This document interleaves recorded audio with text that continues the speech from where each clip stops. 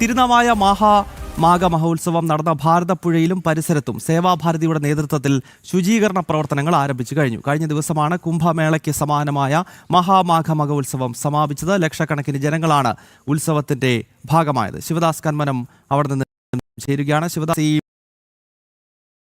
ശുചീകരണ പ്രവർത്തനങ്ങൾക്ക് സേവാഭാരതി ആരംഭം കുറിച്ചിരുന്നു. രാഷ്ട്രീയ സ്വയം സേവക സംഘത്തിന്റെ മുതിർന്ന പ്രചാരകന്മാരെ ഉൾപ്പെടെ നമുക്ക് ആ ശുചീകരണ പ്രവർത്തനങ്ങളിൽ കാണാൻ കഴിയുന്നുണ്ട്. ഇപ്പോൾ ഏത് നിലയിലാണ് ഈ പ്രവർത്തനങ്ങൾ പുരോഗമിക്കുന്നത്?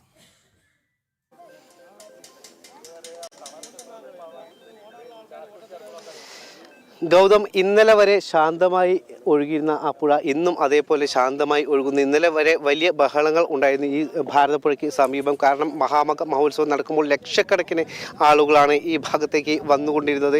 അതായത് 10-18 ദിവസത്തോളം ഈ മഹാമഘ മഹോത്സവം ഈ ഭാരതപ്പുഴയുടെ തീരത്തുണ്ടായിരുന്നു. നിളാസ്നാനവും നിള ആരതിയുമൊക്കെ, അങ്ങനെ ലക്ഷക്കണക്കിന് ആളുകൾ വന്നിരുന്ന ഒരു സ്ഥലം. അത് ഇന്നലെ വിജയകരമായി തന്നെ പരിസമാപ്തി കുറിച്ചു. പക്ഷേ ഓരോ ദിവസവും അതിൻ്റെ ക്ലീനിങ് പ്രവർത്തനങ്ങളും ശുചീകരണവും ഒക്കെ തന്നെ സേവാഭാരതിയുടെ നേതൃത്വത്തിൽ നടന്നിരുന്നു.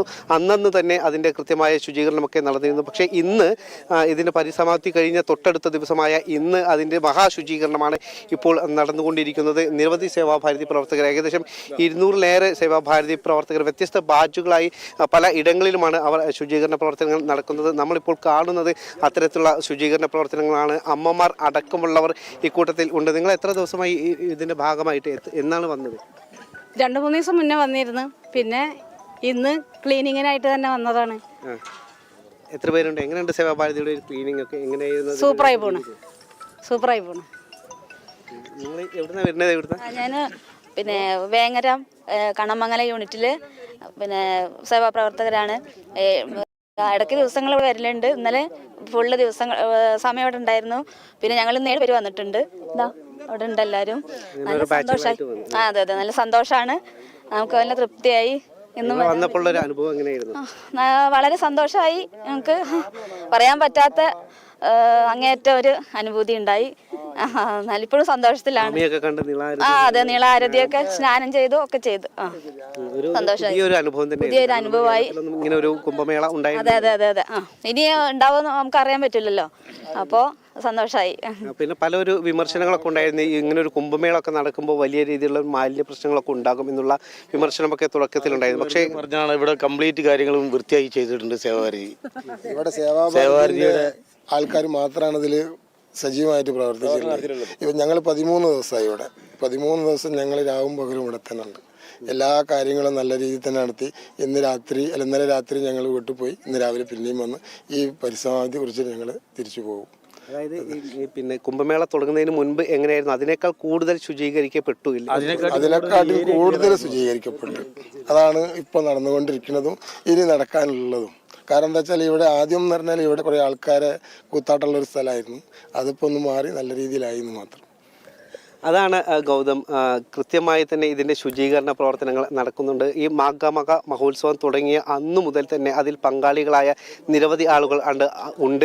അവർ ഇപ്പോഴും ഈ ഒരു പ്രവർത്തനങ്ങളുമായി മുന്നോട്ട് പോകുന്നുണ്ട് എന്നുള്ളതാണ് ഏറ്റവും പ്രധാനപ്പെട്ട ഒരു കാര്യം. പലപ്പോഴും പല രീതിയിലുള്ള വിമർശനങ്ങൾ ഉണ്ടായിരുന്നു. ഇങ്ങനെ ഒരു വലിയ കുംഭമേള നടക്കുമ്പോൾ, മഹാമഘ മഹോത്സവം നടക്കുമ്പോൾ ഈ ഭാരതപ്പുഴ മലിനമാക്കപ്പെടും എന്നൊക്കെ പറഞ്ഞ് വലിയ രീതിയിലുള്ള ഒരു വിമർശനം ഉണ്ടായിരുന്നു. പക്ഷേ നമുക്ക് ഇവിടെ നിന്ന് കാണാൻ കഴിയുന്ന കാഴ്ച പൂർണ്ണമായും ശുചീകരിക്കപ്പെട്ട ഒരു ഭാരതപ്പുഴയാണ്. അതായത് ഓരോ ദിവസവും കൃത്യമായി തന്നെ അന്നു എന്തെങ്കിലും തരത്തിലുള്ള മാലിന്യങ്ങൾ ഉണ്ടെങ്കിൽ, സാധാരണ ഇങ്ങോട്ട് വരുന്ന ഭക്തർ അത്തരത്തിൽ കൃത്യമായി തന്നെ ശ്രദ്ധിച്ചാണ് വരുന്നത്. അത്തരത്തിൽ മാലിന്യങ്ങൾ ഒന്നും ഉണ്ടാകുന്നില്ല. ഇനി അഥവാ ഉള്ള മാലിന്യങ്ങൾ തന്നെ അത് കൃത്യമായിട്ട് തന്നെ അതാത് ദിവസങ്ങളിൽ തന്നെ അത് ശുചീകരിക്കപ്പെട്ടിരുന്നു, വൃത്തിയാക്കപ്പെട്ടിരുന്നു. ഇപ്പോഴും അതിൻ്റെ അവസാന ദിവസമായ ഇന്ന് ഒരു മഹാശുചീകരണം നടക്കുന്നു.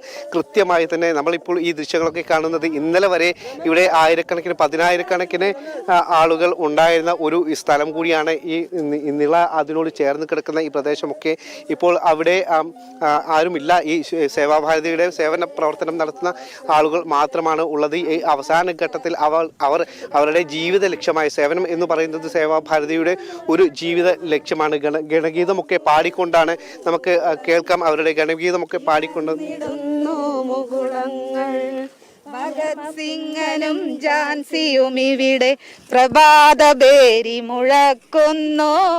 ശ്രീനാരായണൻ അരവിന്ദന്മാർ ഇവിടെ കോവിൽ തുറക്കുന്നു, ഇവിടെ കോവിൽ തുറക്കുന്നു.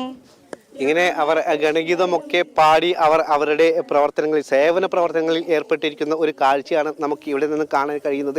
ഇപ്പോൾ ഈ മഹാമക മഹോത്സവം കഴിഞ്ഞിട്ടും അതിൻ്റെ ഒരു അലയൊലികൾ ഇപ്പോഴും ഇവിടെ അവസാനിച്ചിട്ടില്ല. വരും ദിവസങ്ങളിലും ഇതിൻ്റെ തുടർച്ചയായുള്ള പ്രവർത്തനങ്ങൾ ഉണ്ടാകും. വരും വർഷങ്ങളിലും മഹാമക മഹോത്സവം അത് അതിഗംഭീരമായി തന്നെ നടത്തപ്പെടും. അതിൻ്റെ സൂചനയാണ് ഇത്തവണ ഉണ്ടായിരിക്കുന്നത്. ലക്ഷക്കണക്കിന് ആളുകൾ വന്നു. അത് വലിയ വിജയമായി മാറിയിട്ടുണ്ട്. ഒരു സനാതന ധർമ്മത്തിൻ്റെ വിജയം കൂടിയാണ്. പല രീതിയിലും പല കോണുകളിൽ നിന്നും വലിയ രീതിയിലുള്ള പ്രതിസന്ധികളും പ്രതിബന്ധങ്ങളും ഒക്കെ ഉണ്ടായിരുന്നു. അതെല്ലാം തന്നെ തരണം ചെയ്തുകൊണ്ട് ഈ ഒരു മണ്ണിൽ, ഭാരതപ്പുഴയുടെ മണ്ണിൽ അത് വലിയ വിജയക്കൊടി നാട്ടിയിരിക്കുന്നു എന്നുള്ളതാണ്. അതുകൊണ്ട് തന്നെ ഈ സനാതന ധർമ്മത്തിൻ്റെ വിജയത്തിൻ്റെ തുടർച്ച അത് വരും വർഷങ്ങളിൽ നമുക്ക് കാണാൻ കഴിയും. ഗൗതം.